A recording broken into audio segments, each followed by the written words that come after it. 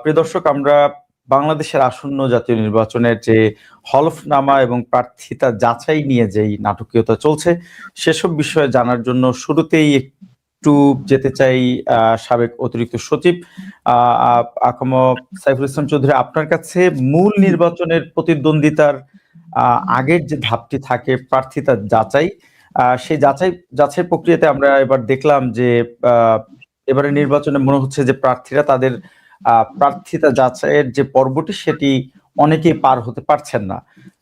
মানে বিপুল সংখ্যক প্রার্থীর ব্যাপারে আমরা দেখলাম যে ঠিক এমনটাই ঘটছে। এর কারণ কি হতে পারে বলে আপনার কাছে মনে হচ্ছে? সাইফুল ইসলাম। ধন্যবাদ। আসলে প্রার্থিতার জন্য আমাদের সংবিধানে যে কথাগুলো বলা ছিল সেটা খুবই সহজ। সংবিধানে বলা ছিল যে কারো বয়স যদি 25 বছর হয়ে যায়, বাংলাদেশের নাগরিক হয়, আর আপনার হচ্ছে তিনি যদি আপনার বিকৃত মস্তিষ্ক না হন, দেউলিয়া না হন, এবং কোন দণ্ডিত হওয়ার পরে যদি 5 বছর পার হয়ে যায়, তিনি প্রার্থী হতে পারবেন। এটা সিম্পল কথা ছিল। আমাদের আরপিওতে এরপরে যেমন জোড়া হলো, অনেক কিছুই জোড়া হয়ে গেল। তার ভেতরে যেমন হচ্ছে ঋণ খেলাপি হওয়া যাবে না, টেলিফোন মানে ইউটিলিটি বিলের খেলাপি হওয়া যাবে না, তারপর হচ্ছে স্বতন্ত্র প্রার্থী হতে গেলে তাকে 1% সমর্থক লাগবে, এরকম অনেকগুলো আপনার হচ্ছে ব্যারিয়ার তৈরি হয়ে গেল। এখন যারা প্রার্থী হচ্ছেন, প্রার্থী হওয়ার সময় যেমন ধরেন যে আমাদের প্রথম সমস্যাটা হয়ে যাচ্ছে যাচাই বাছাই এই 1% ভোট নিয়ে যারা স্বতন্ত্র প্রার্থী। আপনি জানেন যে প্রায় বোধহয় 700 মতন স্বতন্ত্র প্রার্থীর মনোনয়ন বাতিল হয়ে গিয়েছিল। এখানে যেটা কারণটা হচ্ছে যে এই এক একটা আসনে আমার গড়পড়তায় ভোটার হচ্ছে প্রায় 4.5 লাখ আর কি। গড়পড়তায় 4.5 লাখ ভোটার হলে আপনার হচ্ছে 4,500 ভোটার আপনার লাগবে, তার 1%। কোথাও বেশি আছে, কোথাও কম আছে। এতগুলো ভোটারের যদি আপনি সম্মতিপত্র জোগাড় করতে যান, তাহলে আপনাকে কমপক্ষে 20 কর্মদিবস লাগবে প্রপারলি করতে গেলে। এটা সম্ভব না। কারণ আপনি একজন সিদ্ধান্ত নিচ্ছে হঠাৎ করে যে আমি স্বতন্ত্র, দলীয় নমিনেশন পাচ্ছেন না, তখন তিনি স্বতন্ত্র হচ্ছেন, সময় পাচ্ছেন না, তড়িঘড়ি করে করছেন। এখন এই যাচাই বাছাই তাদের পক্ষে করা সম্ভব না। এটা একটা মানে এই কাজটাই করা হয়েছে যাতে প্রার্থীতা কম হয়। এটা খুব একটা ভালো জিনিস না। এবং আমার কাছে খুব আশ্চর্য লেগেছে যে যখন আমরা সংস্কারের কথাগুলো বললাম, তখন কিন্তু এটার বিরুদ্ধে কিন্তু কেউ কথা বলেননি। কারণ প্রত্যেকে মনে করেছেন যে আমার রাজনৈতিক দলের ভেতর থেকে লোকজন থাকবে, তারা কেউ বাইরে স্বতন্ত্র যাবে না। আজকে যারা স্বতন্ত্র গেছেন, যারা প্রার্থী হয়েছে, তাদেরও অনেকে এই সংস্কারের সময় আলোচনায় অংশ নিয়েছেন, তারাও কেউ কিন্তু এটা প্রতিবাদ করেননি।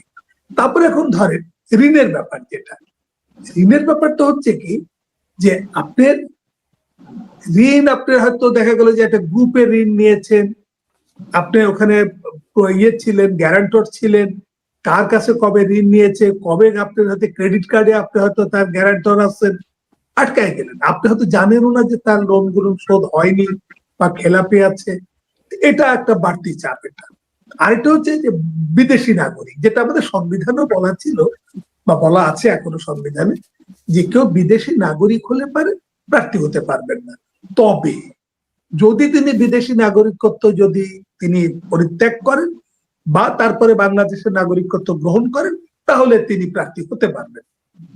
এখন এইটা আরেকটা সমস্যা তৈরি হয়ে যাচ্ছে যে আপনি পৃথিবীর অনেক দেশে যেখানে আছে যে আপনি যদি সেই দেশের নাগরিকত্ব নেন, তাহলে সেই সঙ্গে বাংলাদেশের নাগরিকত্ব আপনি বজায় রাখতে পারেন, ডুয়েল সিটিজেন আপনি রাখতে পারেন। তখন আপনি যদি এক দেশের নাগরিকত্ব ত্যাগ করে ফেলেন, আপনি সহজে আপনি বাংলাদেশের নাগরিক থেকে যাচ্ছেন, সেটা সমস্যা না। কিন্তু কোন কোন দেশ আছে যে সকল দেশে আপনি তাদের নাগরিকত্ব নিলে পারে আপনাকে শপথ গ্রহণ করে বাংলাদেশের নাগরিকত্ব ত্যাগ করতে হয়। এবং ত্যাগ মানে কি, আপনি তখন নাগরিকত্ব কিভাবে ত্যাগ করবেন? খালি মুখে বললে আবার ত্যাগ হয়ে গেল তা না। আপনি নাগরিকত্ব ত্যাগ করবার সময় তার আপনার যে জাতীয় যে পরিচয়পত্র বলেন, পাসপোর্ট বলেন, এগুলো সবকিছু তাকে সারেন্ডার করতে হবে। এখন এরকম যে প্রার্থীরা আছেন যারা ওই সকল দেশের নাগরিক হয়েছে, তারা যদি সেই দেশের নাগরিকত্ব ত্যাগ করেন, তিনি যখন বাংলাদেশের নাগরিক, এটা প্রমাণ করতে গেলে তার এনআইডি লাগবে, তার জাতীয় তার পাসপোর্ট লাগবে।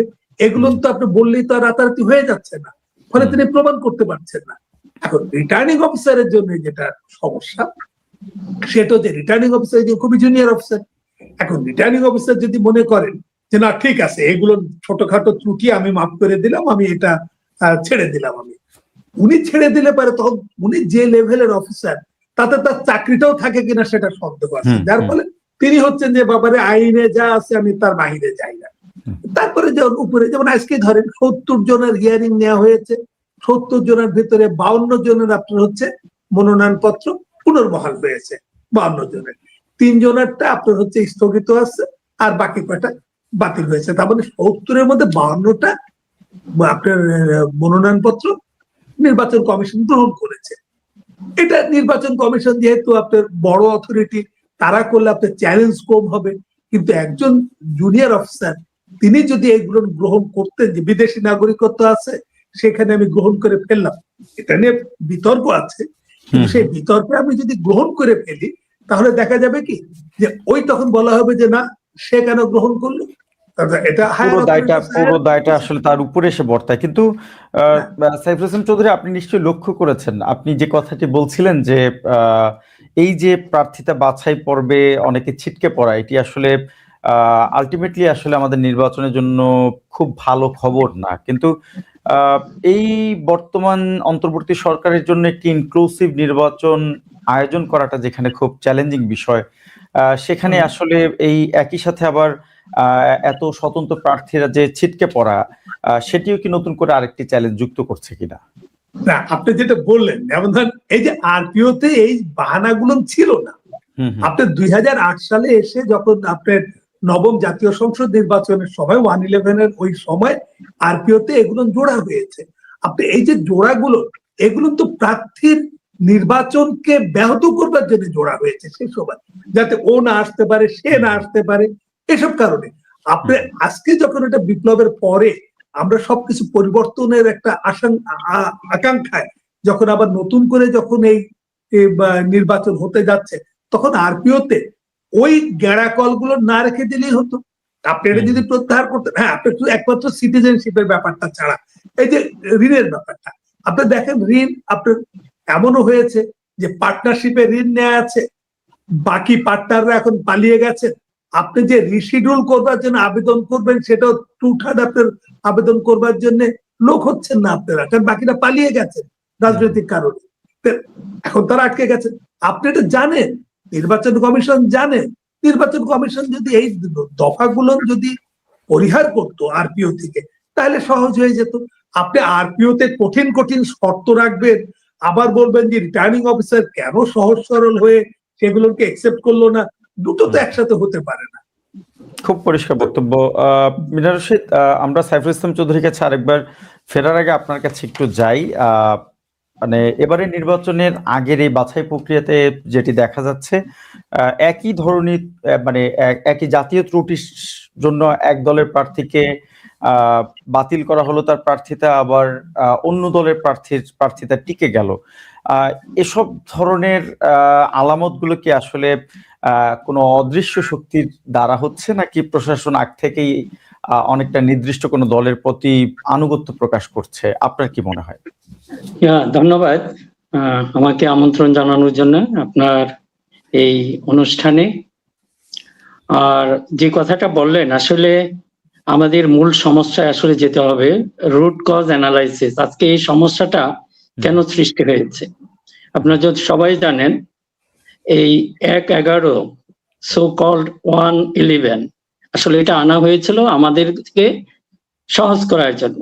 দেখেন, আমাদের রাজনৈতিক সমস্যা সমাধানের দায়িত্ব নিল কিছু অরাজনৈতিক ব্যক্তিত্ব। তখন আমরা কিন্তু কোনো কথা বললাম না, আমরা কিন্তু এটা প্রতিবাদ করেছি। দেন ইট ইজ মাই গণতান্ত্রিক কমফোর্ট, আমি যদি ইচ্ছা করি আমি একটা পার্টি তৈরি করবো, জাস্ট একটা বলে।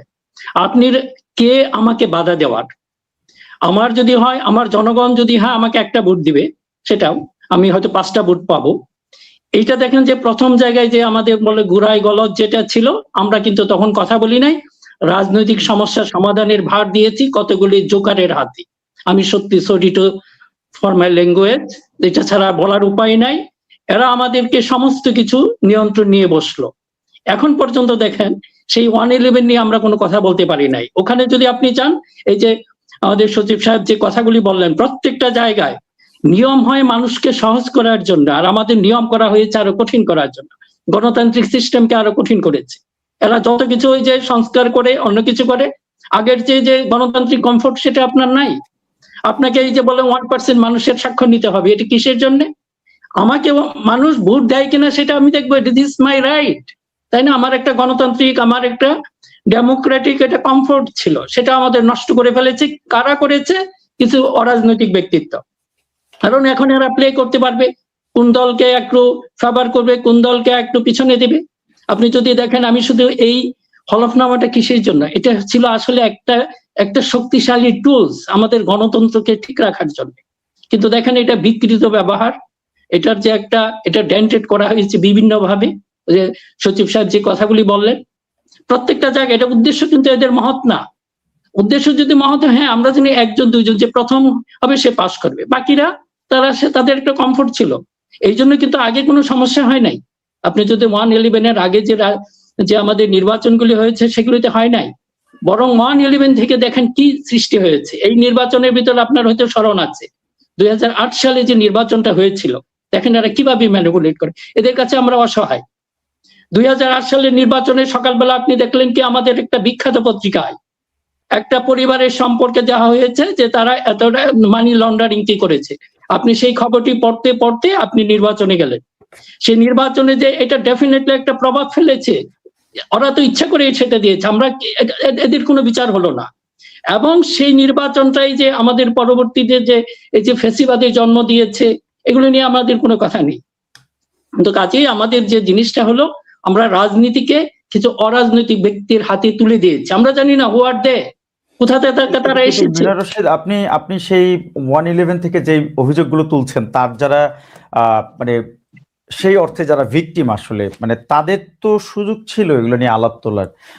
তারা তো আলাপ না তুলে আমরা দেখলাম খুব তাড়াহুড়ো করে নির্বাচনের দিকেই আসলে ঝুঁকছিল। সেই দায়টি কি আসলে শুধুমাত্রই যারা দায়িত্বে আছেন তাদের উপর বর্তায়, নাকি যারা ভিকটিম আসলে তাদের নিজেদেরও কিছুটা মানে গা ছাড়া একটা অ্যাটিটিউড আমরা দেখলাম? না, এইটা ভাই যে ওনারা হয়তো একটু সময় নেবেন আমি জানি না। আমি হয়তো থাকলে এটার একটা বিচার হওয়া দরকার ছিল, এটা একটা দায়, কেউ না কেউ দায়ী, সেটা আমরা করি না। এখন হয়তো দেখবেন যে এক ধরনের মাথায় তুলছে, আমরা জানি না যে গ্রুপটাকে মাথায় তুলছে, মাথায় তোলার ভিতরে একটা ঝুঁকি রয়ে গেছে। আপনাকে যে কোনো মুহূর্তে আবার আছাড় মারতে পারে, এই ব্যাপারে একটু খেয়াল রাখতে হবে। এবং এই জন্য বলছি যে এইখানে যেতে হবে, আপনাকে অতীতকে অবশ্যই স্টাডি করতে হবে বর্তমানকে ঠিক করার জন্য। বর্তমান যখন আপনি ঠিক করবেন তখন ভবিষ্যৎ অ্যালাইনমেন্টে চলে আসবে, এটা কিন্তু খুব জরুরি। এখন বললেন যে এই যে একটা দলকে, এদের কাজই হলো এটা, একটা দলকে একটা দলকে ফেভার দিবে। ওই যে তখন একটা শক্তিশালী গ্রুপকে ফেভার করেছে, আবার আরেকজনকে বঞ্চিত করেছে। আজকে হয়তো আমি জানি না, এটা যদি করে, এইটা গণতন্ত্রের জন্য কখনো একটা ভালো লক্ষণ না। এবং যারা করছে, ওই যে দেখেন ওই সময় ফেভার করে কিন্তু আওয়ামী লীগের ফেভার করে নাই, আওয়ামী লীগকে কিন্তু মহা বিপদে ফেলেছে। এখন আওয়ামী লীগ আবার স্বাভাবিক প্রক্রিয়ায় ফিরে আসবে কিনা সেটা সন্দেহ দেখা দিয়েছে। কিন্তু এরা যাদেরকে মাথায় তুলে তাদেরকে আবার আছাড় দেয়, সেই আছাড়ের পরে কিন্তু বেঁচে থাকবে কিনা সেটা একটু চিন্তা ভাবনা করতে হবে। কাজে আমি ওইভাবে বলবো না, জাস্ট আমার সম্ভাবনাটা বা এটা আপনি একটু তুলে ধরবো, এবং তাদেরকে ওইভাবে অ্যালার্ট হতে হবে, নিজেদেরকে বুঝতে হবে। আমি তাদেরকে বোঝাতে পারবো না। এই যে আপনাকে যে এটা এক ধরনের চকলেট দেওয়া বাচ্চাদের মতো, কিন্তু এটা চকলেট দেওয়া মানে কি, যে তাকে অপহরণ করবে বা ছোট্ট বাচ্চা কিন্তু বুঝতে পারে নাই। একইভাবে আমার মনে হয় যে আমাদের পলিটিক্যাল পার্টিগুলি খুবই ইম্যাচিওর, যে ইম্যাচিওরিটি আমরা আওয়ামী লীগের ক্ষেত্রে দেখেছি। এই যে এত বড় একটা দল ছিল, এরা দেখুন বেনিশ হয়েছে কিদের জন্য? এদের অতি চালাক, এরা নিজেদেরকে খুব চালাক মনে করে, আসলে তা না। এরা আরো বিপদে ফেলবে, এরা সেই দলকে বিপদে ফেলবে, দেশের গণতন্ত্রকে বিপদে ফেলবে, এই রাষ্ট্রটাকে বিপদে ফেলবে। কাজেই এখন এটা অনুরোধ থাকবে, যারা আমরা প্রশাসনে বা বিভিন্ন জায়গায় আছি, আপনারা দেশটার দিকে তাকান। আজকে একদিন হয়তো আওয়ামী লীগ থাকবে না, আওয়ামী লীগ তো নাই, বিএনপি থাকবে না, তারপর জামাত থাকবে না, কিন্তু দেশটাকে টিকে থাকতে হবে। কাজে কোনো দলের দিকে তাকিয়ে আমরা যেন এই দেশটার ধ্বংস না করি, গণতন্ত্রের ধ্বংস না করি। এখন আমাদের এটার ভিতরে হ্যাঁ জি। না, আমরা আমরা আমরা আরো শুনতে চাই আপনার কাছ থেকে আসলে। সাইফুল ইসলাম চৌধুরী, আপনি নিশ্চয়ই মিনার রশিদের কথা শুনছিলেন। জি। ইঞ্জিনিয়ার মিনার রশিদ যেই কথাটি বললেন আসলে, যে এই যে মাথায় তোলা ফেভার করা, আহ, মানে এটি যদি আসলে সত্য হয়ে থাকে, আমরা যদি আরেকটি বিষয় আসলে আমাদের পর্যবেক্ষণের অংশে আমরা যুক্ত করি, যে নির্দিষ্ট কোনো দলের একজন প্রধান তিনি দীর্ঘদিন পর দেশে ফিরলেন, তাকে আসলে যেভাবে প্রোটোকল দেওয়া হলো সেটি নিয়েও আসলে প্রশ্ন উঠছে। আহ, এই যে প্রশাসনের এই ধরনের আচরণ, এটি আসলে নির্বাচনের ফল অনেকটা আগ থেকেই নির্ধারণ করে দিচ্ছে কিনা, আপনার কাছে কি মনে হয়? দেখুন, আসলে যেটা হচ্ছে যে নির্বাচনের তফসিল ঘোষণার পরে যে কাজগুলো করতে বারণ, সেরকম অনেক কাজই হচ্ছে এবং নির্বাচন কমিশনও কোনো পদক্ষেপ নিচ্ছেন না, ভ্রুক্ষেপ করছেন না। ওদের নির্বাচন কমিশনকে ভ্রুক্ষেপ করা উচিত ছিল। এখন ধরেন যে আপনি যেভাবে বলেন না কেন যে আপনার আগমন উপলক্ষে যে যেটা জনসমাবেশ, এটা কিন্তু তফসিল তখন ঘোষণা হয়ে গেছে, তখন এটা হওয়ার কথা না, কিন্তু এটাকে রাষ্ট্র প্যাট্রোনাইজ করলো। তো ফলে এই ধরনের ঘটনাগুলো কিন্তু ঘটে গেছে। এটা মনে হচ্ছে যে সবাই চাচ্ছে বলেই হচ্ছে। এই যে চাওয়াটা, এখানে বোধহয় নির্মোহ থাকা দরকার ছিল, এটা নির্মোহ থাকতে পারিনি আমরা অনেকেই, এটা খারাপ লক্ষণ। আর যেটা যে জিনিসগুলো বললেন যে আসলে বাস্তব সত্য, সেটা হচ্ছে কি যে আমাদের রাজনৈতিক দলগুলো না, আমার কাছে মনে হয় কি যে যখন এই যে গত 18 মাসে তারা মনে করেছেন যে এই আঁচ বোধহয় আমার গায়ে লাগবে না, ব্যক্তি হিসাবে ভেবেছেন আমার গায়ে আঁচ লাগবে না, সে কারণেই তারা এগুলো পরিবর্তনের কথা ভাবেননি, অথবা ভেবেছেন যে ভালোই আছে, এগুলো থাকলে বোধহয় আমি নিরাপদ থাকবো, আমার দল নিরাপদ থাকবে, ফলে পরিবর্তনের জন্য যান। আর না যাওয়াতে দেখেন যারা বাদ পড়ছেন তারা কিন্তু তাদের দলের লোকই বাদ পড়ছেন, এবং একবার একটা লোক বাদ পড়ার পরে তিনি যখন আবার পুনর্বার হন, তখন কিন্তু মানুষের কাছে একটা ভুল মেসেজ যায় যে বোধহয় ঘটনাটা ঠিকই। এই ভুল মেসেজ গুলো পুরোপুরি ফিট না হয়তো, বা মানে সে হয়তো পুরোপুরি ফিট, এইগুলো না দরকার ছিল না। আর যেটা আপনি একটা যেমন কথা বললেন না যে এক এক জায়গায় এক এক রকম সিদ্ধান্ত হয়েছে, এটা হওয়ার পেছনে যেহেতু আমি ওই সার্ভিসেরই একজন প্রবীণ লোক, আমার জুনিয়র অফিসার মাঠে কাজ করেন, আমাকে কিছু ওদের হয়ে কথা বলাই দরকার। সেটা হচ্ছে দেখেন, বিচারক যখন বিচারের কাজে বসেন তখন তিনি তাৎক্ষণিক বিষয়গুলো বিশ্লেষণ করেন, এবং করে এক একজনের আপনি দেখেন যে লোয়ার কোর্ট থেকে হায়ার কোর্টে যতই যাবেন আপনার ডিসিশন কিন্তু পরিবর্তন হয়ে যায়, তাই না? আপনার লোয়ার কোর্ট যে রায় দিল, আপনার জজ কোর্ট সেখানে আরেকটা দেখা গেল ভিন্ন মত দিল, হাইকোর্ট আরেকটা ভিন্ন মত দিল, সুপ্রিম কোর্টে গেল। তো এরকমই এখন তারা যেটা যা বুঝেছেন, আপনাকে খালি একটা জিনিস দেখা দরকার, তারা যে কাজগুলো করেছেন সেটা তার ব্যক্তিগত কোনো উদ্দেশ্য প্রণোদিত ছিলেন কিনা। আমি কিন্তু বলছি না যে তিনি আইনগত কোনো ভুল করেছেন, কারণ আইন তাকে কোনো না কোনো ভাবে সাপোর্ট করেছে। তিনি কিন্তু তার যেটা জাজমেন্টটা লিখেছেন সেখানে কিন্তু বলেছেন কি কি কারণে এটা হয়েছে। একটা জিনিস যেমন খুব ভালোভাবে এসছে যে মান্না ভাইয়ের যেটা, যেমন তিনি বগুড়াতে তার মনোনয়ন বাতিল হয়ে গেছে, ঠিক একই মনোনয়ন তার ঢাকায় গৃহীত হয়েছে। এখন যেটা কিভাবে বিশ্লেষণ করেছে, তার যেখানে কে যে ভুল করেছে আর কে শুদ্ধ করেছে, এটাও আমাদের বলা সম্ভব না, কারণ আমরা ভেতরে কাগজটা দেখিনি। সেক্ষেত্রে আসলে আইনের মানে আইনের ঠিক ভেতরেও তো একটা স্পেস থাকে সাইফুল ইসলাম চৌধুরী। আপনি যদি এই পশ্চিমা দেশগুলোর দিকে তাকান, আমরা দেখি অনেক সময় আসলে এখানে খুব প্রচলিত একটি কথা আছে যে আইনের পরেও আসলে শেষ কথা একজন কেস অফিসারের উপরেই আসলে, মানে বিশেষ করে ইমিগ্রেশন ল সহ অনেক ব্যাপারেই দিন শেষে কেস অফিসাররাই আসলে শেষ কথাটা ওনারাই বলেন। যেহেতু আইনের ভেতরে আসলে মানে কিছুটা একটা কমফোর্ট স্পেস তারা পান, কিন্তু এইভাবে যদি দেখেন যে মানে যে দ্বৈত নাগরিকত্ব নিয়ে যে প্রশ্ন উঠছে, সেই দ্বৈত নাগরিকত্বের ব্যাপারে সুস্পষ্ট, যেটিকে আসলে এড়িয়ে যাওয়ার সুযোগ নেই, সেই বিষয়গুলোকে যখন এড়িয়ে যাওয়া হয় তখন আসলে বিষয়টিকে আমরা আসলে কি শুধুমাত্র কর্মকর্তার আইনের ভেতরে থেকেই তার দায়িত্ব পালনের সুবিধার্থে তিনি এটি করেন, নাকি বিশেষ কোনো পক্ষপাত দুষ্টতায় আমি খবরের কাগজ পড়ে যেগুলো বুঝেছি, যেমন দু একটা জায়গায় যেমন ঘটেছে, বলা হয়েছে যে ঠিক আছে এখন তো ওই দেশে অফিস আদালত বন্ধ, ফলে সাময়িকভাবে গ্রহণ করা হলো, তিনি পরে কাগজপত্র দেখাবেন। আমার কাছে মনে হয় যে এটা বোধহয় খুব যৌক্তিক হয়নি, কারণ তিনি স্যাটিসফাইড না, এটা বোঝা গেল।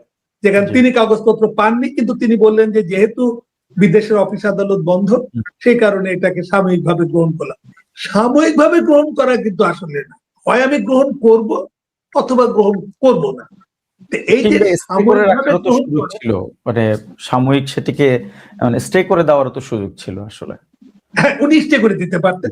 উনি স্টে করে দিলে আপনি সেটা নির্বাচন কমিশন তারা ডিসিশন নিতে হবে, মাঝখানে কয়েকটা দিন সময়, সেই সময়ের ভেতরে তারা হয়তো প্রয়োজনীয় কাগজপত্র দিয়ে নির্বাচন কমিশনকে সন্তুষ্ট করে তারা এটা নিতে পারত।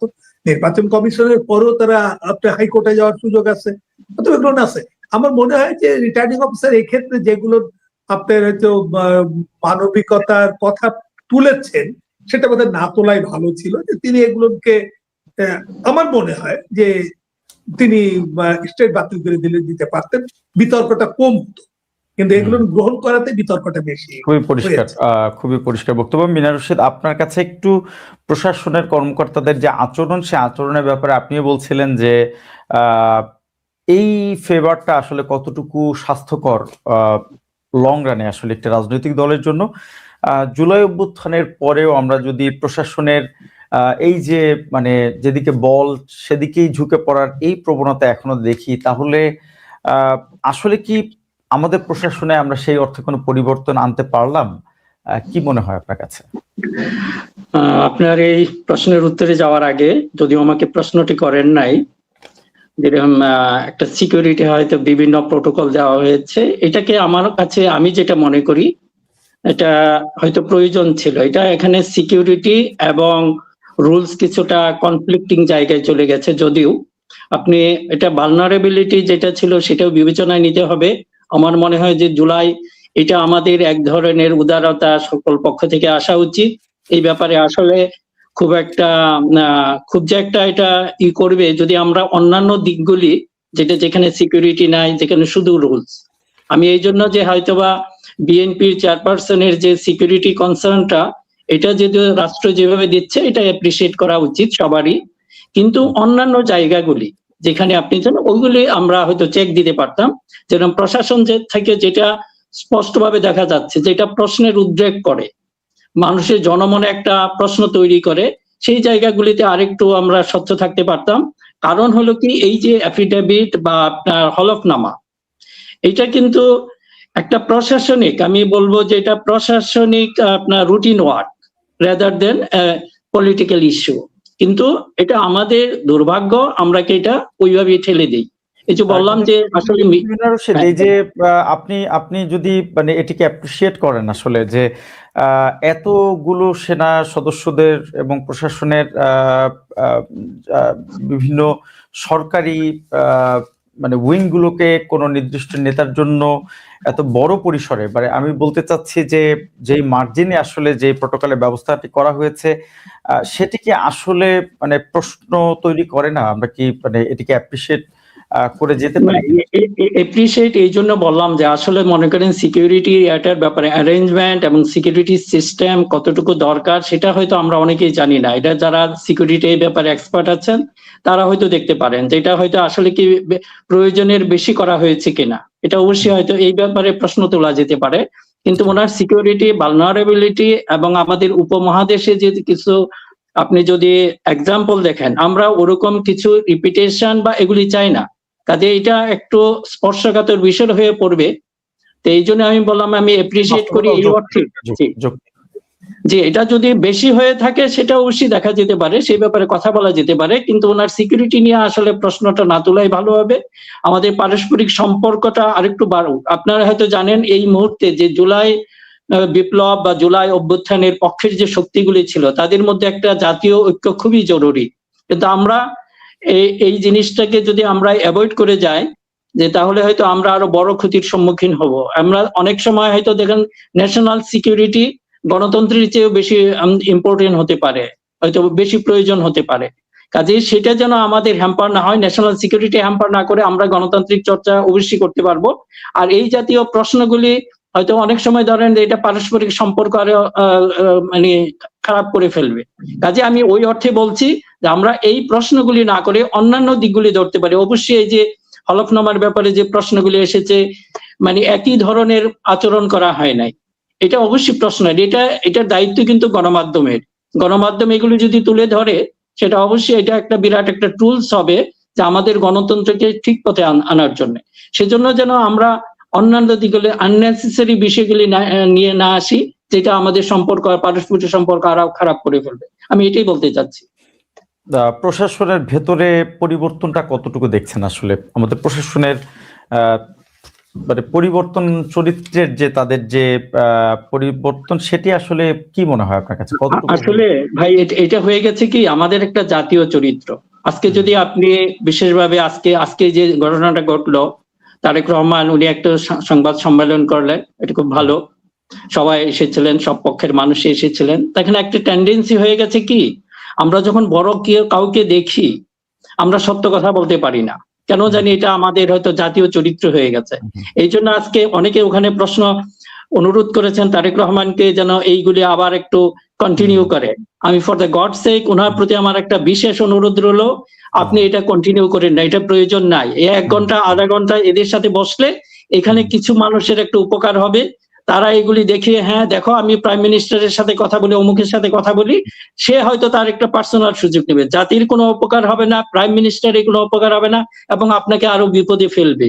কারণ হলো কি, ওখানে মনে করেন যে বলে যে আমি, হ্যাঁ ঠিক আছে আমি তেল দেই না, এই প্রধানমন্ত্রী তেল খায় না, বা তেলে ওনাকে তৈলাক্ত করা যায় না, এটা হলো সবচেয়ে তৈলাক্ত কথা। কাজেই এটা আরো আমাদের জন্য খুব ভালো হবে না। কাজে আমার এই সুযোগে আমি আপনার মাধ্যমে এটা বলে দিতে চাচ্ছি, ওনার কানে যদি যায় যে এগুলি করার দরকার নেই, এটা শেখ হাসিনা করেছিলেন, উনি এগুলি এনজয় করতেন, আপনার এটা প্রয়োজন নাই। 1 ঘন্টার অনুষ্ঠানে আপনি আপনার অল্টারনেটিভ ওয়ে আছে দেশের বা দেশবাসীর সম্পর্কে জানতে, অনেক উপায় আছে। আপনার হাতে বিভিন্ন এজেন্সি আছে, আপনার পার্টি নিজস্ব যোগাযোগ আছে, আপনার নিজস্ব একটা সিক্সথ সেন্স আছে, ওগুলি কাজে লাগান। এটা কোনো কাজে লাগবে না। কাজে আমার কাছে যেটা মনে হয় যে, আর ওখানে আমি পরবর্তী সময় যদি আপনি হয়তো আমি এই কিছু কথা বলবো, যে এই যে মনে করেন যে ভ্যাটিং, এইটা একটা ইন্টারনাল ভ্যাটিং হওয়া দরকার। প্রত্যেকটা দলে এইরকম হলফনামা আসার আগে নিজেদের মধ্যে আগে একটা ভ্যাটিং করে ফেললে এইসব জটিলতা আমরা এড়াতে পারতাম। এটি খুব চমৎকার একটি পয়েন্ট এনেছেন। আমরা এই বিষয়ে একটু বিস্তারিত কথা বলতে চাই, আমি পরে বলবো। আপনি একটু যদি, যেহেতু আপনি একটু আগে বললেন যে আপনি একজন সাবেক আমলা হিসেবে, আসলে আপনার যারা এখন আপনার যারা জুনিয়ররা আছেন তাদেরকে আসলে কিছুটা তাদের পক্ষে কথা বলাটাও আসলে আপনার কাছ থেকে তাদের জন্য প্রত্যাশিত বটে। কিন্তু আমরা আসলে প্রশাসনের, বাংলাদেশের যে আমলাতন্ত্রের যেই জটিলতার কথা আমরা জানি, সেই জায়গা থেকে এত বড় একটি অভ্যুত্থানের পরেও আমরা দেখলাম ডক্টর ইউনূস আসলে খুব বেশি পরিবর্তনের জায়গাটি আসলে নিশ্চিত করতে পারেননি, এবং এখনো পর্যন্ত এগুলো নিয়ে প্রশ্ন রয়েই গেল। উপদেষ্টারা আমরা দেখছি ইদানিং আগের মতো খুব বেশি মিডিয়াতে আর বক্তব্য দেন না। ইন্টারিয়াম কি আসলে আমলাদের কাছে পরাজিত হলো কিনা? দেখেন, এই আমলা এটা থাকবেই সব সময়। আর আমলারা আসলে যেটা হচ্ছে যে এটা ব্র্যান্ডিং করার চেষ্টা করা হয়। আমলারা সবসময় নিরপেক্ষই থাকে, সবসময়। এটা আপনাকে একটা উদাহরণ দেই। 1996 সালে বাংলাদেশে 2টো নির্বাচন হয়েছিল। আপনি 2টো নির্বাচন একই অফিসাররা নির্বাচন করেছিলেন, ফেব্রুয়ারিতেও করেছিলেন, জুনেও করেছিলেন। 2 রকম নির্বাচন হয়েছে। ফলে অফিসাররা যেটা হয় কি, তাদের মধ্যে, হ্যাঁ একেবারে যে আপনার ডিরেইলড কেউ নেই তা না, এটা অল্প কিছু থাকে। তবে বাংলাদেশের সচিবালয়কে ঘিরে যে অস্থিরতা, যে উদ্বিগ্নতার মধ্য দিয়ে আমরা গেলাম, আপনার কাছে কি কোনো কারণে মনে হয় যে এই ফ্যাসিবাদকে প্রতিষ্ঠিত করতে যারা খুব নগ্ন ভূমিকা রেখেছিলেন, তাদের যে ইনসিকিউরিটি এবং এখনো পর্যন্ত তারা আসলে সেই ধরনের একটি মানে অনিশ্চয়তা থেকেই অস্থির আচরণ করছেন, কিংবা খুব নিকট ভবিষ্যতে হয়তোবা তাদের অসহযোগিতা আরো বাড়তে পারে, এ ধরনের কোনো সম্ভাবনা দেখেন কিনা? এটা দেখেন, সচিবালয়ের ভেতরে যেটা হয়তো উপরের দিকে যারা ছিল তারা হয় কি, তারা সরকারের যারা শীর্ষ পর্যায়ে থাকে তাদের সাথে তাদের তখন যোগাযোগ থাকে। যেমন আপনি সচিব পর্যায়ে যারা থাকে তাদের অহরহ যোগাযোগ থাকে হচ্ছে সরকারের শীর্ষ পর্যায়ের সাথে, এবং যখনই ব্যক্তিগত যোগাযোগগুলো থাকে তখন তাদের ভালো মন্দ একটা সম্পর্ক তৈরি হয়ে যায়, এবং সে কারণেই তখন হয়তো যারা শীর্ষ পদে মানে আমলার পদের শীর্ষ পদে ছিলেন, সচিব পদে ছিলেন, তাদের অনেকের মধ্যেই সুসম্পর্ক তৈরি হয়েছিল। কিন্তু যারা নিচের দিকে থাকেন তাদের কিন্তু যেটা আইন অনুযায়ী যে মাননীয় মন্ত্রীর সাথেও তাদের কোনো সম্পর্ক থাকে না। হ্যাঁ, যেহেতু মন্ত্রীর সাথেও সম্পর্ক থাকে না, ওখানে তাদের পিএস পর্যন্তই দৌড়, ফলে দেখা যায় যে নিচের দিকে কেউই কোনো দিকেই আপনার হেলে পড়ে না। এখন যেটা হলো যে আমরা 24-এর পরে আমরা একদম ব্র্যান্ডিং করা শুরু করে দিলাম, এ অমুক এ অমুক, ফলে যেটা হচ্ছে কি মানুষের মধ্যে ভয় কাজ করতেছে। আজকে যে জিনিসগুলো ঘটছে, যেগুলো আপনি যদি মনে করেন যে কেউ কোনো পক্ষপাতিত্ব করছে, সেটা কিন্তু ওই ভয় থেকে যে আমাদেরকে এখন যেভাবে ব্র্যান্ডিং করছে, ভবিষ্যতে এরা আসবে নাকি ওরা আসবে, এই যে এরা নাকি ওরা, এই দোলাচলে ভুগতে ভুগতে কেউ কেউ ঝুঁকি নিয়ে এ পক্ষে যাচ্ছে, কেউ কেউ ঝুঁকি নিয়ে ও পক্ষে যাচ্ছে। কিন্তু এই চাপটা বোধহয় জুলাইয়ের পরে আপনি, হ্যাঁ, অল্প কয়েকজন যে ফ্যাসিস্টদের সঙ্গে একেবারে ওতপ্রোত ভাবে জড়িত ছিল না তা না, আমি বললাম যে সচিব পর্যায়ে যারা কাজ করেন তাদের সম্পর্ক তৈরি হয়েই যায়, সেই পর্যায়ের কয়েকজনকে রিটায়ার্ড করায় তো দিয়েছেন, কিন্তু বাকিদের উপরে চাপ সৃষ্টির ফলে অস্থিরতাটা তৈরি হয়েছে, ভীতিটা তৈরি হয়েছে। এই ভীতিটা দূর করা দরকার ছিল, যেটা শুধু প্রশাসন, পুলিশ, সব ক্ষেত্রে ভীতি তৈরি করা হয়েছে। এই ভীতি আবার এই যে অস্থিরতার পেছনে তো আমরা দেখলাম সাধারণ প্রার্থীদের মধ্য থেকে, বিশেষ করে কুমিল্লা 4 আসনের কথা যদি একটু বলি, আমরা দেখলাম যে একে অপরের বিরুদ্ধে, বিশেষ করে এনসিপির হাসনাত আব্দুল্লাহর প্রতিদ্বন্দ্বী যিনি রয়েছেন বিএনপির মঞ্জুরুল হাসান মুন্সি, তিনি তার বিরুদ্ধে অভিযোগ আনলেন, পাল্টাপাল্টি অভিযোগ আমরা দেখলাম। এই যে একে অপরের বিরুদ্ধে যেভাবে অযোগ্যতার অভিযোগ তোলা, সেটিও তো আসলে নজিরবিহীন। এটিও তো আসলে আমাদের রাজনীতিতে খুব নজিরবিহীন কিছুই মানে ঘটছে। তো সেটির প্রভাবও নিশ্চয়ই প্রশাসনের মধ্যেও কিছুটা, আপনি যেটি বলছিলেন যে অনেকটা এখন গোলকিপারের মতো তাদের অবস্থা, আসলে বলটা ডান দিক দিয়ে ঢুকবে না বাম দিক দিয়ে, তো তারা আসলে ঠিক বলটা ধরার জন্যই হয়তোবা অস্থিরভাবে অপেক্ষা করছেন। ইঞ্জিনিয়ার মিনার রশিদ, আপনার কাছে একটু হাসনাত আব্দুল্লাহর বিরুদ্ধে বিএনপির যিনি প্রার্থী দাঁড়িয়েছেন তার বিরুদ্ধে যে অভিযোগটি এসছে একজন ঋণ খেলাপি হিসেবে, এখানে দলগুলোর কি আসলে কোনো দায় আছে কিনা? আপনি একটু আগেই কথাটি বলছিলেন যে দলের ভেতরে আসলে এক ধরনের সুরাহা করেই যদি আগানো যেত সেটি আরো বেশি স্বচ্ছ হতো। তারা আসলে মানে যে ধরনের প্রার্থীদের নির্বাচন করার যেই প্রক্রিয়ার মধ্য দিয়ে তারা আসলে যায় দলগুলো, সেখানে আসলে যোগ্যতা কতটুকু গুরুত্ব পায়, কিংবা এই যে ট্রান্সপারেন্সি, স্বচ্ছতার প্রশ্নে আসলে তারা কতটা আন্তরিক থাকে বলে আপনার কাছে মনে হয়? না, এই জিনিসটাকেই আমি যেটাকে বলতে চাচ্ছি, এটা দেখবেন যে প্রত্যেকটা উন্নত বিশ্বে এটা বিভিন্ন ফর্মে আসে, এটার বলে ইন্টারনাল ভেটিং। এটা খুব জরুরি প্রত্যেকটা রাজনৈতিক দল। এই যে মনে করেন 1 মাস 1.5 মাস সময়ের ভিতরে আমাদের তো হোল সিস্টেমটাই মানে ডিফেক্টিভ। আমি বলবো প্রশাসন বলেন, এটা একজনকে দায়ী করা ঠিক হবে না, আর শুধুমাত্র প্রশাসনকে দায়ী করা ঠিক হবে না, এখানে রাজনীতি দায়ী, এখানে আমাদের সামাজিক অবস্থা দায়ী, আমাদের এখানে ইন্টেলেকচুয়াল যে গ্রুপ বা এলিট শ্রেণী আছে, যে সুশীল সমাজ যাদেরকে বলি, তারাও এটার জন্য দায়ী। কাজে শুধুমাত্র প্রশাসনকে দায়ী করলে হবে না। আমি ভাইকে, আমাদের যে ওনাকে আমি ধন্যবাদ জানাচ্ছি যে এইগুলি পজিটিভ কিছু কথা বলার জন্য। হ্যাঁ, আমাদের এখন একটা সুযোগ সৃষ্টি হয়েছে, এখন আমাদের ভাবার দরকার নাই। আপনাদের পিছনে এই যে প্রশাসনে যারা আজকে শুনছেন সবাইকে বলছি, আপনাদের পিছনে কিন্তু একটা বিরাট ব্যাকআপ আছে, জনগণের একটা আশীর্বাদ আছে, তারা আপনাদের সাথে থাকবে। আপনারা নিরপেক্ষ থাকুন, যেই আসুক, এখানে বিএনপি আসুক, এখানে জামাত আসুক, আমাদের কোনো সমস্যা নাই। আমাদের আপনার সিস্টেমটা একটা বিল্ড আপ করে। আর তারপরে যেটা হচ্ছে যে ইন্টারনাল ভেটিং এর কথা বলছি প্রত্যেকটা দলকে। এই যে ধরেন আমরা একটা কয়েক ইনসিডেন্ট সাম্প্রতিক হলো যে পঞ্চমবারের মতো একটা পাবলিক ইউনিভার্সিটিতে আমাদের যে মূল প্রধান দল এটা একটা জায়গা ওরা করতে পারে না, সব জায়গায় ল্যান্ডস্লাইড ভিক্টোরি। আমি খুব ক্লোজলি এটা মনিটর করছিলাম যে প্রথমবার যেটা হয়েছে এটা প্রত্যেকটা ফেইলুর। এই যে মনে করেন আমরা ইঞ্জিনিয়ার বা অন্যান্য যারা সিস্টেমে আছেন, এটারে বর্তমানে বলে ISO, international organisation of standardisation. আগে এগুলি ছিল না। মনে করেন যারা বিশেষভাবে আমরা ফরেন বা গ্লোবাল বিজনেসের সাথে জড়িত, যেরকম শিপিং একটা গ্লোবাল বিজনেস, আমি একটু আপনাদের ব্যাখ্যা করে বলছি যে একটা গ্লোবাল বিজনেসের সাথে জড়িত, কাজেই আমাদেরকে একটা স্ট্যান্ডার্ড, একটা কোম্পানির স্ট্যান্ডার্ড দেখবে আপনার এই কিছু কিছু সূচক আছে সেগুলি দেখে, কাজে প্রত্যেকটা কোম্পানি কি করে ওই জাতীয় আইএসও স্ট্যান্ডার্ড এটা মেনটেন করতে চায় যে হ্যাঁ আমার এই মাপের আছে। তখন মনে করেন যে আমি একটা বিদেশি পোর্টে যাব বা অন্য একটা বিদেশি কোম্পানি আমাকে জাজ করবে, এগুলি দেখে জাজ করে। একইভাবে আমাদের পলিটিক্যাল সিস্টেমগুলি, এই যে মনে করেন ইন্টারনাল ভেটিং, আমি আপনার প্রশ্নে পরে তাহলে বুঝতে পারবেন যে এইগুলি করতে হবে একেবারে ছোটবেলা থেকেই। এখন দেখেন ইউএসএ বলেন, তারপরে যুক্তরাজ্যে বলেন, তারপরে এমনকি চাইনাতে বলেন, ওদের যে বা যুব সমাজকে গ্রুমিং এর জন্য ওদের বিশেষ পরিকল্পনা আছে। এটা কিন্তু আমাদের দেশে আনফরচুনেটলি শুধুমাত্র শিবির এবং কিছু ডানপন্থী যে দলগুলি ছিল তাদের মধ্যে ছিল, এবং শিবিরেরটা ছিল সবচেয়ে সুসংগঠিত, এদের একটা স্ট্রাকচার ছিল। প্রত্যেকটা জায়গায় দেখেন বিএনপি যেটা হয়েছে, ওনাদের ভিতরে কেমন জানি এটা একটা দুর্বলতা, হয়তোবা একটা ট্রেডিশনাল পলিটিক্স এর জন্য তাদের যে হয়েছে, যেটা অ্যাসেসমেন্ট কিংবা ধরেন যে রুট কজ অ্যানালাইসিস, এবং রুট কজ অ্যানালাইসিস যদি আপনার ভুল হয় কারেক্টিভ অ্যাকশনও ভুল হবে।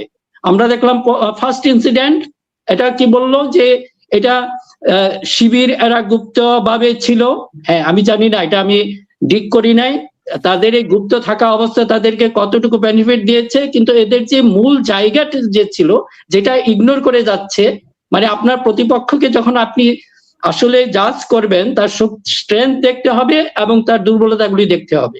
তাদের স্ট্রেংথ যেটা ছিল সেটাকে আমরা কি করছি, একভাবে ইগনোর করে যাচ্ছি বারবার। তাদের মূল স্ট্রেংথ ছিল এই স্ট্রাকচার একটা ফর্ম, যেটাকে আমরা বর্তমান নতুন মানে ম্যানেজমেন্টের ভাষায় আইএসও এটা বলবো। এটা পৃথিবীর অন্যান্য, এটা যে শিবির করেছে তাই না, শিবির হয়তো নামাজ কত ওয়াক্তে পড়লো এইভাবে তারা একটা স্ট্রাকচার করেছে। এবং একটি কাজ বিএনপির বা অন্যান্য দলগুলি, আপনারা যদি সেই আসল জিনিসটা ধরতে পারতেন, এইসব ফালতু কথা যে ওরা গুপ্ত জামাত, I don't believe on that. এখন হয়তো অনেকে বলবেন আমাকে, কারণ আমি আসল জিনিসটা ইনভেস্টিগেট করতে চাই যে আসলে কি এদের শক্তির পিছনে কি। এখন দেখেন আমরা এখন যে জিনিসটা পারি না, 1400 বছর আগে আমি একটা কাহিনী বলছি যে আমরা সবাই জানি রাসূলুল্লাহ সাল্লাল্লাহু আলাইহি সাল্লামের সময় কোন দেশের একটা বাদশা বা সেটা বললো যে মুসলমানদের এই শক্তির পিছনের উৎসটা কি, দেখেন তারা কিভাবে কাজগুলি করতে। ওখান থেকে আসলেন, স্টাডি করলেন, স্টাডি করার পরে দুইটা জিনিস বলতে, যে মুসলমান সৈনিকরা ওরা ক্ষুধা না লাগলে খাবার খায় না, আবার যখন খায় তখন পেট পুরে খায় না। তখন ওদের যে ওখানকার বিশেষজ্ঞ বলেন এটাই এদের এত শক্তির মূল উৎস। দেখেন ওরা কিন্তু ঠিক জিনিসটাই বের করে ফেলেছে। এখন আপনার আশেপাশে আছে, আপনার কে বিশ্বাস করবে? এই যে বারবার আপনারা একই ধরনের বক্তব্য দিচ্ছেন, যেটা রুট কজ অ্যানালাইসিস আপনার ভুল হচ্ছে, একবার, দুইবার, তিনবার, চারবার, পাঁচবার, ষষ্ঠ সপ্তম একই ঘটনা ঘটবে। কাজে এখানে এইটারে বলে যে আপনি যদি ব্যাটিং করতেন, আপনি ওরকম একটা তৈরি করেন, এক্স্যাক্টলি হুবহু শিবিরের মতো হতে হবে তা না, এটা তাদের অবশ্যই একটা লিডারশিপ আপনি কিভাবে গ্রুম করবেন সেটা অবশ্যই থাকতে পারে। এখন করে কি যে কেউ আইসা পলিটিক্সে শুরু করলো, এই যে কথাগুলি বলছেন, এইটা যদি এইভাবে গ্রুমিং হতো, তাকে অনেক কষ্ট করতে হইতো, তাকে এখন স্যাক্রিফাইস করতে হইতো। আরেকটা জিনিস হলো সবাইকে রাজনীতি করতে হবে কেন, এটা আর একটা প্রশ্ন। এদেশে যত বেকার তত রাজনৈতিক কর্মী, কারণ এটা হলো কি দেশের মানুষকে বেকার রাখলে ওদের জন্য সুবিধা হয়, যে ভাইয়ের পিছনে জিন্দাবাদ বেশি পড়বে সে ভাই হলো সবচেয়ে বড় লিডার। আমাদের এই জায়গা থেকে বের হয়ে আসতে হবে। এবং বের হবার জন্য কি কোনো আন্তরিক ইচ্ছা কিংবা প্রচেষ্টা মানে কোনোটাই কি আসলে লক্ষ্য করছেন এই পরিবর্তন করতে? ভাই দেখেন, আমার হলো কি, আমরা শুধু সমালোচনার সাথে সাথে কিছু পজিটিভ যে জিনিসগুলি দেখছি এগুলো একটা অ্যাপ্রিসিয়েট করা উচিত। আপনি হয়তো জানেন 2001 সালে এই যে একটা হাওয়া ভবনকে আমরা খুব বিলেন বানিয়ে ফেলেছি, এবং যারা বানিয়েছে তারা আজকে আবার খুব ফেভারিট হয়ে গেছে। তা হাওয়া ভবনের এখানে একটা মূল 2001 সালের নির্বাচনের এখানে জয়ী হয়ে আসার পিছনে, ল্যান্ডস্লাইড ভিক্টোরিয়া হওয়ার পিছনে একটা টিমের, হাওয়া ভবনের একটা টিমের একটা কন্ট্রিবিউশন ছিল। তারা কিন্তু সেই আজকে যে অনলাইন জরিপ অনেক কিছু তারা করে ফেলেছিল, এবং এটাকে তো আমরা গ্রো করতে যাই নাই। এখন তারেক রহমান যদি রিয়েলি এটা পাইতেন, ওনার সাথে আমার ব্যক্তিগত কথা হয়েছে, আমি এইসব কথা বলেছি, উনি আমাকে দেখিয়েছেন, বলছেন হ্যাঁ ভাই আপনি এখন যেটা বলছেন আমি 2001 সালে এইগুলি করে ফেলেছি। এখন মনে করেন যে আমরা তো সেই সুযোগটি তাকে দেই নাই, এবং এখন এসে উনি যে পজিটিভ কথাগুলি বলেছেন, আজকে উনি অনেক কিছু পজিটিভ বলেছেন, আমি হয়তো সবকিছু বলা, এখন এগুলিকে আমাদের একটু সুযোগ দিতে হবে। এবং তারেক রহমানকে, ওনাকেও আমি আপনার এই অনুষ্ঠানের মাধ্যমে আবার অনুরোধ করব যে এইগুলি আপনি না শুনে আসল জায়গায় কি করেন, আসল রুট কজ অ্যানালাইসিস করেন, দুর্বলতা কোন জায়গায়। হ্যাঁ, এটা সত্যি ছাত্রদল করতে পারে নাই, কারণ তাদের রাজনীতি ছিল শুধু এক্সটার্নাল, শিবিরের রাজনীতি ছিল হয়তো 90% ইন্টারনাল, কাজে তাদের কোনো সমস্যা হয় নাই। এইটা হলো মূল কারণ। এখন আপনি মূল কারণ না ধরে আশেপাশে ওরা গুপ্ত করছে, এগুলো তো স্টুপিড কথাবার্তা, আমার কাছে খুব একটা এগুলি ভ্যালুলেস। বরং দেখা যাচ্ছে এই কথা বলে আপনারা সমস্ত কৃতিত্ব শুধু শিবিরকে দিচ্ছেন। শিবিরের সাথে ছাত্র দলও ছিল, যারা সবচেয়ে নিপীড়িত নির্যাতিত দুটা ছিল, একটা ছাত্র শিবির আর একটা ছাত্র দল। এখন একজনকে আপনি খোঁচা মেরে বা যে কোনো কারণে আপনি এটা করলেন, কিন্তু ছাত্র দলের তো এখানে কোনো ভূমিকা থাকে না। এবং তারা সেই গুপ্ত থেকে, যদি আমার কথা হলো, যদি এই যে ওরা তো একটা পরিকল্পনা নিয়ে ফেলেছিল 2041 পর্যন্ত ক্ষমতায় থাকবে, এবং এটার ফেলিওরের পিছনে যদি হয়তো স্টাডি করেন, এটা তাদের এটা একটা ট্যাকটিক্সটা হয়তো কাজে লেগেছে। সেটার মধ্যে হয়তো ছাত্র দলের সেই একটা এক ধরনের আছে, ভূমিকা আছে, তারাও সাফার হয়েছে, তারাও গুম হয়েছে। এখন আপনারা শুধু এইগুলি করে কেন নিজেদের ভিতরে এই বিভক্তি সৃষ্টি করেন, বরং মূল জায়গায় যান। শিবির কোন কারণে এত জনপ্রিয় হচ্ছে আপনি করেন না, 5 বছরের ভিতরে আবার উইল কাম ব্যাক, 5 বছরও লাগবে না, এর আগেই ছাত্রদল চলে আসবে। এবং আমরা ওইটাই চাই, আমরা একতরফা কোনো একটা দলকে দেখতে চাই না। এখানে 5টার মধ্যে অন্তত 2টা ছাত্র দল যেত, বা 3টা ছাত্র দল যেত, 2টা শিবির যেত, এটা ছিল সবচেয়ে ব্যালেন্স, এবং গণতন্ত্রের জন্য এটা সুখকর, এবং দেশের জন্য। শুধু একটা দল রাখলে তো আপনি মিনার রশিদ, আপনি এই যে মানে ইনক্লুসিভনেসের যে কথাটি বারবারই বলছেন, আমরা দেখলাম যে এটি আপনি খুব গুরুত্বপূর্ণ একটি পয়েন্ট এনেছেন আসলে, যে দীর্ঘ এই ফ্যাসিবাদী আমলে যে দুটি ছাত্র সংগঠন কাঁধে কাঁধ রেখে তারা লড়াই করলো, 5ই আগস্টের পরপরই যে দেখলাম যে তাদের যে ভ্রাতৃপ্রতিম সম্পর্কটি ধীরে ধীরে এতটাই তিক্ততায় রূপ নিল, যেখানে আসলে এই আক্রমণের পর আক্রমণ আমরা দেখলাম যে একে অপরের বিরুদ্ধে কাদা ছোড়াছড়ি লেগেই থাকলো। যেই ছাত্ররা, যেই তরুণরা এই জুলাইয়ের স্পিরিটকে নিয়ে তারা নতুন বাংলাদেশ গড়ার স্বপ্ন দেখলো, এতটা সংগ্রাম করলো, তারা কেনই ভ্রাতৃপ্রতিম পরিবেশটি আসলে বজায় রাখতে পারলো না? এর পেছনে কি শুধুমাত্রই ছাত্রদেরই দায়, নাকি পেছনের যারা ছাত্রদেরকে গাইড করছেন তাদেরও আসলে দায় রয়েছে? রুট কজ অ্যানালাইসিস সেই জিনিসটা করলে এটা কিন্তু অনেক গভীরে পৌঁছায়। হয়তোবা আমাদের যে ট্রেডিশনাল পলিটিক্স রয়েছে, আমাদের যে সেই 50, 60, 70 দশকের যারা ওনারা ওখানে এখনো বসে আছেন, এই দিন নতুন প্রজন্মের যে নিড অ্যান্ড এক্সপেকটেশন, এটার ওনার কাছাকাছিও আসছেন না। এখন এখানে এটা হলো প্রথম কথা। আর দ্বিতীয়ত হলো একটা আধিপত্যবাদী শক্তি এরা চাচ্ছে জুলাই আন্দোলনের যে শক্তিগুলি ছিল তাদের মধ্যে পারস্পরিক এরকম একটা কাদা ছোড়াছুড়ি শুরু হোক।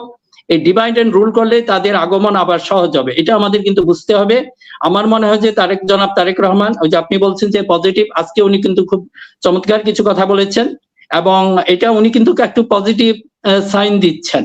এটা আমাদের একটা পরিবর্তনের জন্য, যে এই মতভেদ থাকলেই যেন আমরা এটাকে যেন আমাদের ক্ষতির কারণ না হয়, উনি এটাই মিন করেছেন।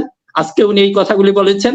আমার মনে হয় যে উনি এই ব্যাপারে যদি একটু কাজ করেন, এবং উনি দেখেন ওই ছাত্র শিবিরের সাথেও দেখা করেছে, ডাকসুর অফিসারদের সাথে দেখা করেছে, এবং there are some good points, good sign, এবং এটাকে যদি আসলে কাজে লাগানো যায় আমাদের দেশের জন্য এটা ভালো হবে, দেশের গণতন্ত্রের জন্য ভালো হবে। আমি আশা করব যে এটা কন্টিনিউ হবে। Fair enough. আমরা সাইফুল ইসলাম চৌধুরী, আপনার কাছে একটু শেষবারের মতো আসতে চাই। গোবিন্দচন্দ্র প্রামাণিকের প্রার্থিতা বাতিলের যে কারণ আসলে বলা হয়েছে যে 1%-এরও কম ভোট থাকার কারণে আসলে মানে যে 1% ভোটারের যেই স্বাক্ষর দেওয়া হয়েছিল সেখানে সেই তথ্যটি তারা সঠিক পাননি। ভারতীয় মিডিয়াগুলো এই খবরটিকেই তারা প্রচার করছে হিন্দু প্রার্থীর প্রার্থিতা বাতিল হিসেবে।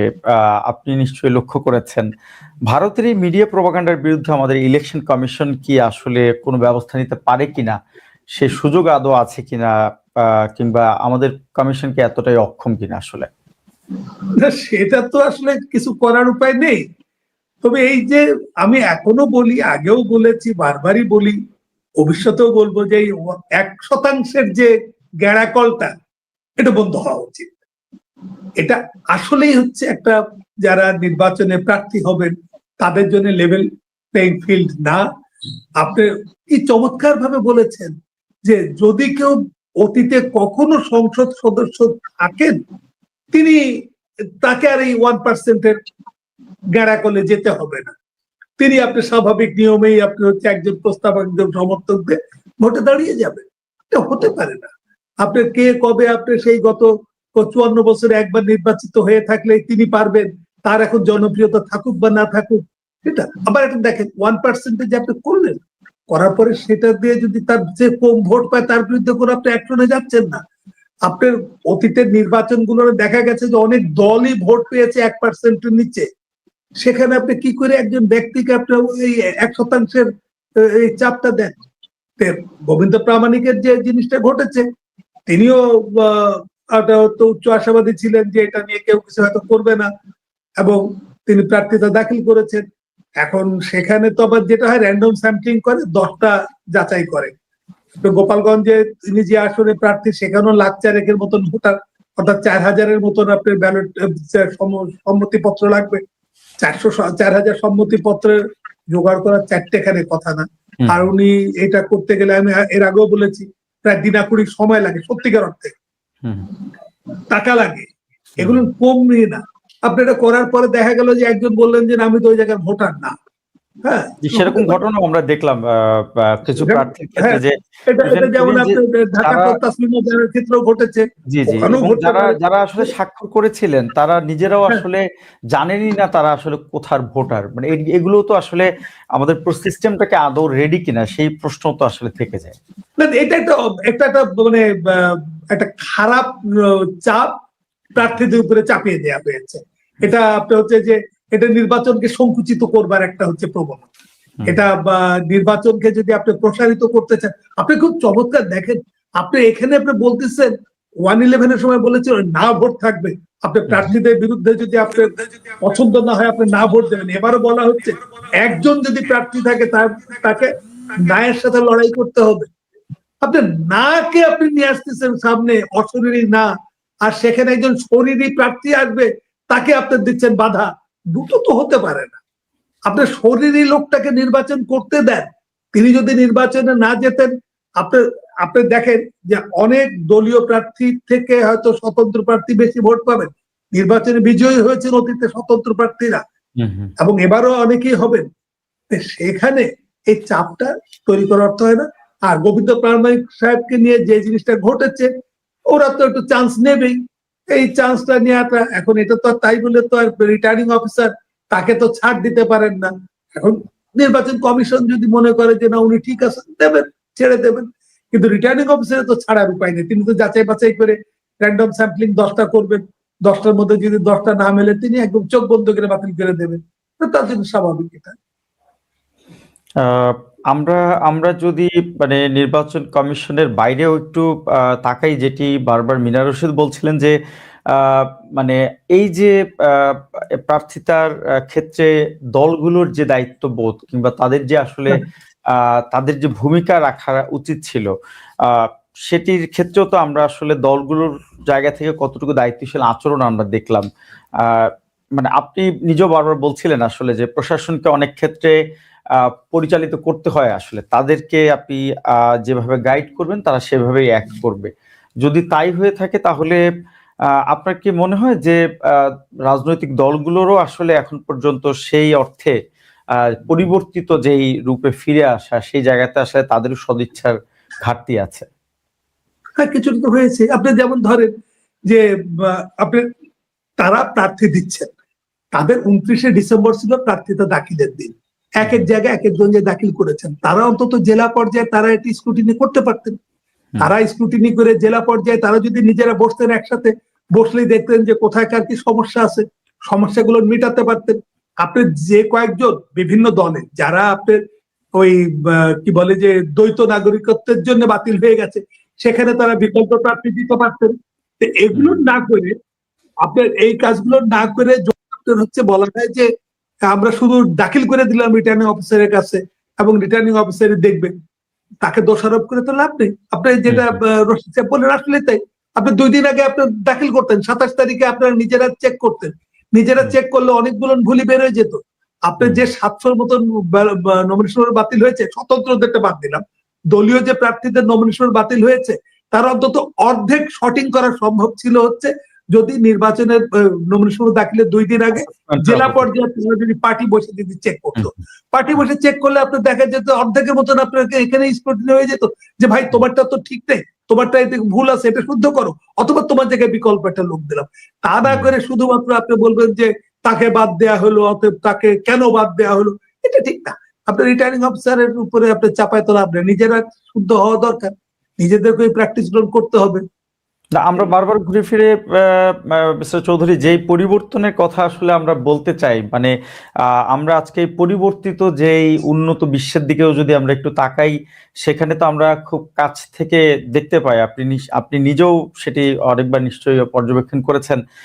পরিবর্তনটা তো আসলে শুধুমাত্র রাষ্ট্রের সরকারের সদিচ্ছাতেই হয় না, সেখানে আসলে অন্যান্য যেসব স্টেক হোল্ডার, নাগরিকদের একজন সুনাগরিক হয়ে ওঠার মধ্য দিয়েও সেটি আসলে নিশ্চিত হয়। মিনা রশিদ, আপনি সিঙ্গাপুরে আছেন, পৃথিবীর অন্যতম। সময় লাগে ভাই, এটা সময় লাগে, এটা তো আপনি খালি বললেই আমি কালকে একরকমের ছিলাম আজকে আরেক রকম হয়ে যাব, এটা হয় না। এই চেঞ্জের জন্য সময় দরকার, দীর্ঘ সময় দরকার। আপনি ধরেন আমাদের মধ্যে যে চেঞ্জ হয়নি তা না, আমরাও যদি চিন্তা করি দেখা যাবে যে 50 বছর আগে যা ছিলাম, 30 বছর আগে যা ছিলাম, এখন তার থেকে অনেক আমরা পরিবর্তিত হয়েছি। আপনি দেখা যাবে যে আজকের যে শিশু, সে হয়তো 20 বছর পরে দেখবে যে না 2025-এর লোকজনরা এরকম ছিল, আমরা 45-এ এসে আমরা অনেকটা পরিবর্তিত হয়েছি। কোন দিকে যাবে সেটা জানি না, ভালো না মন্দ তা জানি না, কিন্তু পরিবর্তনটা হতে সময় লাগবে। এটা ওই খালি বললেই পরিবর্তন হয়ে যাবে না। খুবই পরিষ্কার বক্তব্য। আমরা মিনা রশিদ, আপনার কাছে একটু শেষবারের মতো আসতে চাই।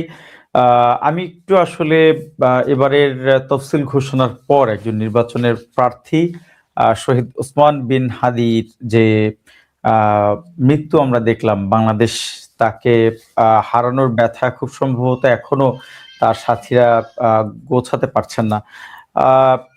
এই যে প্রার্থিতার জায়গায়, মানে নিরাপত্তা প্রশাসনের পক্ষ থেকে প্রার্থীদেরকে নিরাপত্তা দেয়া সহ যেসব প্রশ্ন ঘুরে ফিরে আসছে এখনো পর্যন্ত, আসলে সেই অর্থ অপরাধীকে ধরতে না পারার যে ব্যর্থতা, সবকিছু মিলে কি দেখছেন আসলে যে এবারের নির্বাচনে আসলে আমরা প্রশাসনকে কিভাবে পাবো, কতটুকু পরিবর্তিত কিংবা প্রস্তুত অবস্থায় দেখতে পাবো?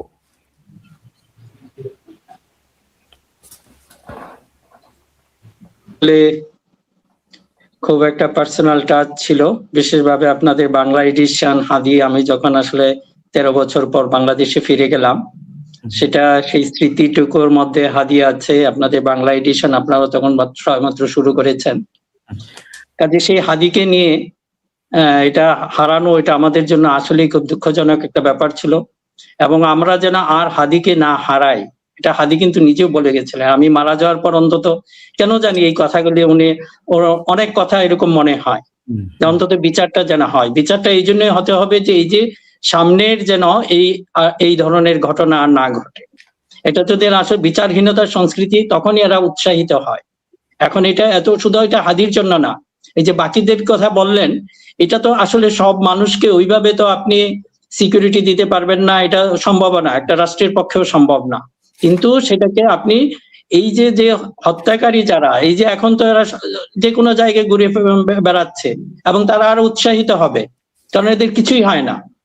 এই উৎসাহিত এটা বন্ধ করার জন্য রাষ্ট্রের কিছু কাজ করা দরকার ছিল।